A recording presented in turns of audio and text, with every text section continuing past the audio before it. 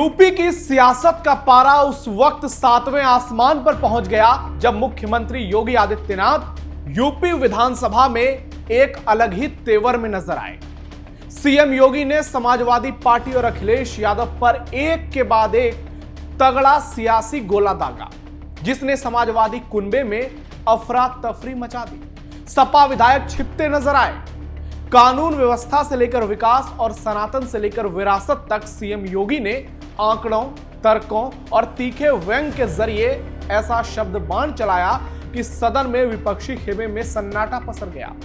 लेकिन एक पल पूरा सदन ठहाके से भी गूंज उठा जब योगी आदित्यनाथ ने बिस्मिल्लाह की कहानी सुनाते हुए समाजवादी पार्टी पर जोरदार तंज कसा। इस दौरान सत्ता पक्ष मेजे थपथपाता रहा और विपक्ष जवाब ढूंढता रह गया। सीएम योगी ने साफ कह दिया कि प्रदेश अब दंगों और माफिया राज से निकलकर विकास के पथ पर तेजी से दौड़ रहा है। योगी ने अपनी सरकार की तमाम उपलब्धियों की लंबी फहरिस्त गिनाई और सपा के शासनकाल पर सवालों का बौछार कर दिया। ऐसे में आज का सबसे बड़ा सवाल यही है, क्या योगी ने यूपी विधानसभा से 2027 के सियासी संग्राम का ट्रेलर दिखा दिया? क्या योगी 3.0 की एंट्री हो गई? और क्या विधानसभा चुनाव में एक बार फिर समाजवादी पार्टी योगी के सामने कमजोर पड़ गई? नमस्कार, थर्ड आई देख रहे हैं आप, मैं हूं नविंदु। आज के इस वीडियो में आपको यूपी विधानसभा में सीएम योगी की तूफानी बल्लेबाजी से रूबरू कराएंगे। साथ ही आपको बताएंगे कैसे 2027 की लड़ाई में सपा और कांग्रेस लगातार योगी आदित्यनाथ के सामने पिछड़ती जा रही है। वीडियो बहुत शानदार होगी, लास्ट तक जरूर देखिएगा। विधानसभा में छाए योगी 3.0, सपा कांग्रेस की तोड़ दी कमर, एक झटके में अखिलेश को सदमा। 2027 में भी योगी सबसे आगे। सबसे पहले आपको सीएम योगी का वो बयान सुनाते हैं जिसमें उन्होंने पंडित रामप्रसाद बिस्मिल का जिक्र करते हुए समाजवादी पार्टी पर जोरदार तंज कसा और पूरा सदन ठहाकों से गूंज उठा। जरा सुनिए। 200 उदाहरण आप ही की सरकार के समय का मैं दे रहा हूं। पंडित रामप्रसाद बिस्मिल की शहादत दिवस के दिन आपके एक मंत्री को बुलाया गया, वो भी शिक्षा विभाग के ही मंत्री थे। तो उनको जब बुलाया गया तो उनसे कहा गया कि, तो उन्होंने कहा कि ये किसकी जयंती? कहा जयंती नहीं, आज इनकी शहादत दिवस है, इनको फांसी भी दी। तो उन्होंने कहा बिस्मिल्लाह खां को तो अभी कोई पुरस्कार मिला है तो उनको फांसी क्यों हो गई?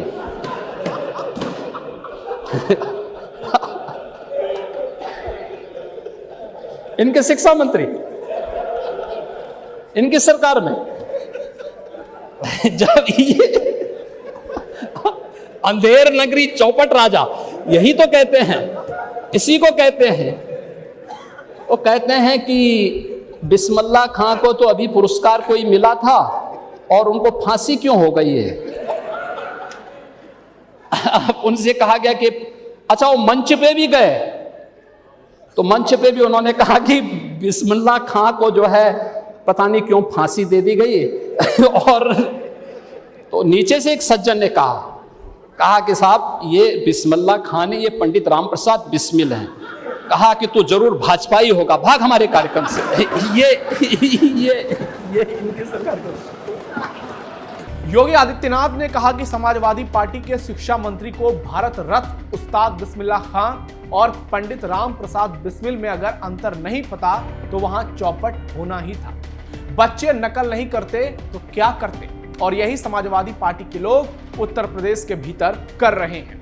यानी एक ओर उन्होंने सपा के मंत्री की योग्यता पर सवाल उठाए तो दूसरी ओर अंधेर नगरी चौपट राजा कहकर अखिलेश यादव की नेतृत्व क्षमता पर भी गंभीर सवाल खड़े कर दिए।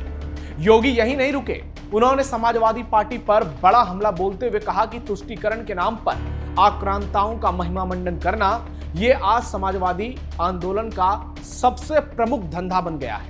गिरगिट भी आज पश्चाताप कर रहा होगा कि ये समाजवादी मुझसे भी आगे निकल गए। जरा सुनिए योगी ने कैसे समाजवादी पार्टी की लंका लगाई। देश गुलाम क्यों हुआ? इसी जातीय वैमनस्यता के कारण, इसी के कारण हुआ है। और उन जातियों को आपस में लड़ाने का काम लेकिन तुष्टीकरण के नाम पर आक्रांताओं को महिमामंडन करना आज इस समाजवादी आंदोलन का मुख्य धंधा बन गया है। कब रंग बदल दे कोई भरोसा नहीं होता। यानी गिरगिट भी आज पश्चाताप करेगा कि समाजवादी मुझसे भी आगे निकल गए हैं। सीएम योगी ने विधानसभा से सपा पर हमलों की बौछार कर दी। सपा को सीधा टारगेट कर एक के बाद एक बड़े हमले बोले और सीधा यूपी की जनता को साधने की कोशिश की।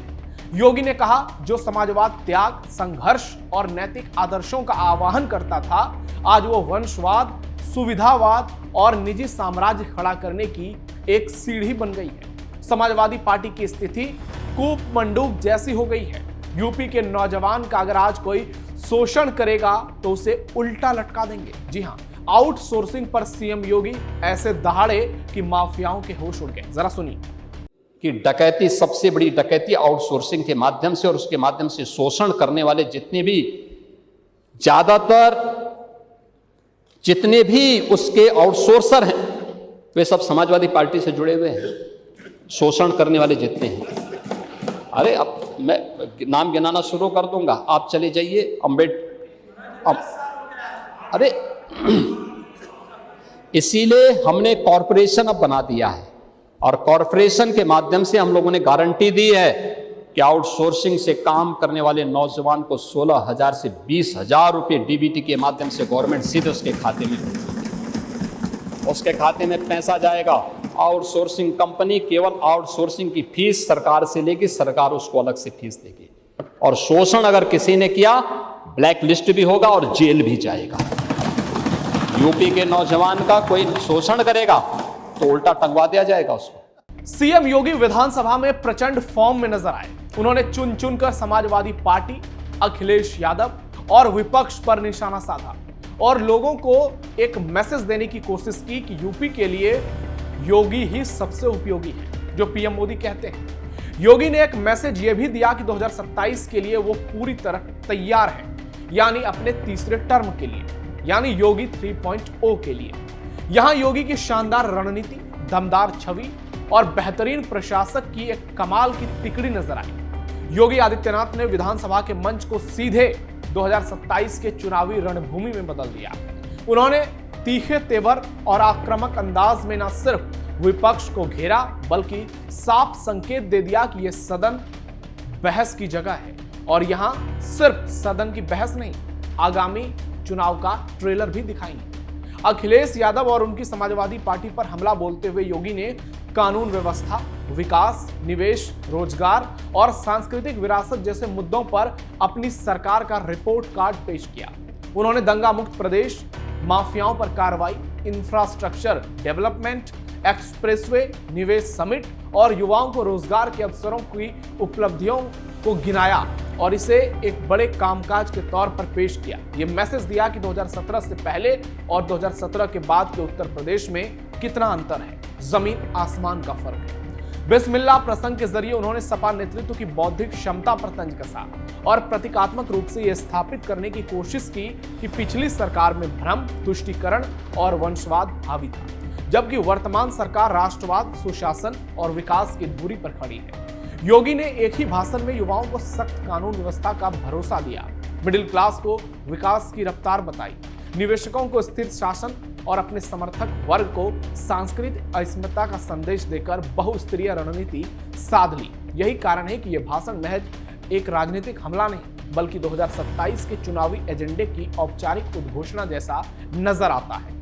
विधानसभा से दिया गया ये आक्रामक और आत्मविश्वास से भरा योगी का भाषण समाजवादी पार्टी को भयभीत कर सकता है और समाजवादी पार्टी के लिए एक बड़ी चुनौती खड़ा कर सकता है कि आने वाले समय में कैसे वो योगी का मुकाबला करेंगे। बेरोजगारी, सुरक्षा, प्रशासनिक अक्षमता को पहले ही अपने पक्ष में मोड़ने का योगी आदित्यनाथ ने प्रयास कर दिया है, जिससे चुनावी मैदान में बढ़त की मनोवैज्ञानिक स्थापित होती नजर आ रही है।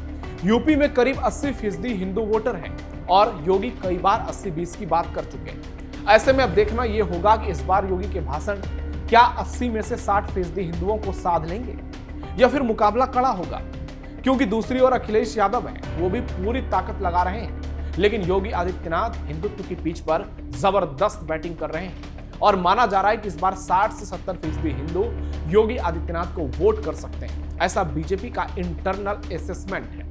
समाजवादी पार्टी, कांग्रेस और विपक्ष लगातार यूपी में कमजोर पड़ता दिख रहा है और उसका कारण है योगी आदित्यनाथ का रिजल्ट, योगी आदित्यनाथ का परफॉर्मेंस और सीएम योगी का दमदार चेहरा जो हिंदुत्व से भी भरा है और विकास से भी। आपको क्या लगता है, योगी आदित्यनाथ ने क्या वाकई में सपा की राह को मुश्किल कर दिया है? और आने वाले समय में अखिलेश यादव के लिए योगी का काउंटर करना क्या वाकई में मुश्किल होने वाला है? कमेंट बॉक्स में बताइए। हमारे वीडियो को लाइक कीजिए, शेयर कीजिए। फिलहाल के लिए इतना ही, धन्यवाद।